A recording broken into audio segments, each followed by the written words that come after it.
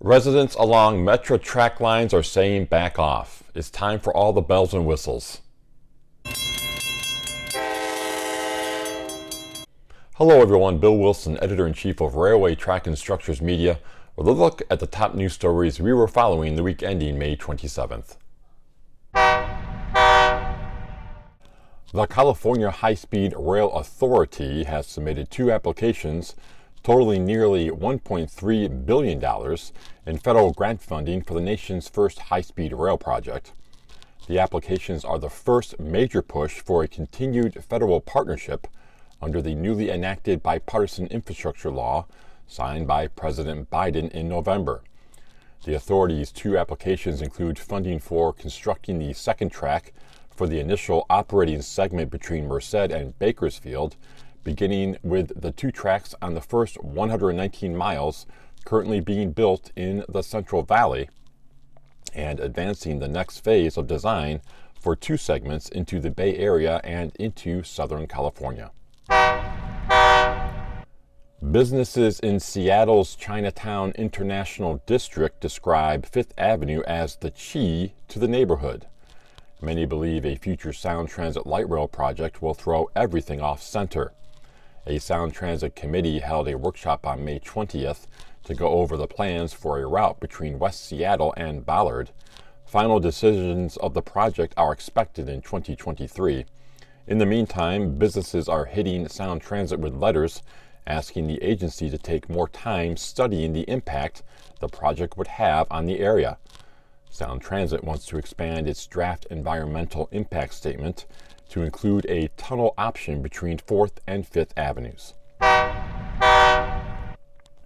The Great Redwood Trail in California is the subject of the latest great debate involving abandoned rail lines and new trails in the U.S.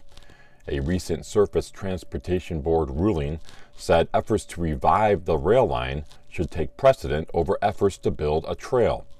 The decision could have a negative impact on plans to convert 300 miles of rail line into the Great Redwood Trail. Mendocino Railways wants to keep the rail line in Mendocino County from Willits going south connected to the interstate rail network. The North Coast Railroad Company has interest in the tracks along the Eel River, which is notorious for landslides.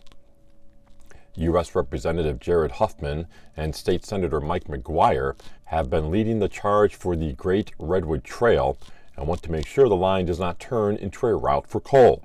McGuire wants to pass Senate Bill 307, which prohibits state funds to be used for the North Coast Railroad Company's project. If you want anything fixed, you need to fix it yourself.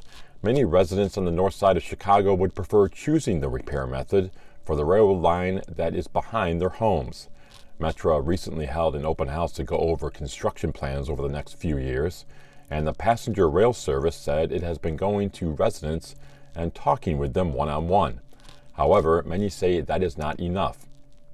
Metra will soon start a $263 million project on the Union Pacific North Line that will include work on 12 bridges between Addison and Fullerton. Construction is set to begin next summer and will last 5 years. Workers are expected to execute bridge repairs in a phased approach, and train service will continue on the two main tracks. A new track will be built to the west, and everything will shift in that direction. That means the tracks will be about 20 feet closer to residential dwellings.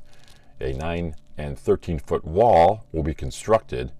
Residents are not looking forward to what they call an eyesore, as well as increased vibrations from moving trains.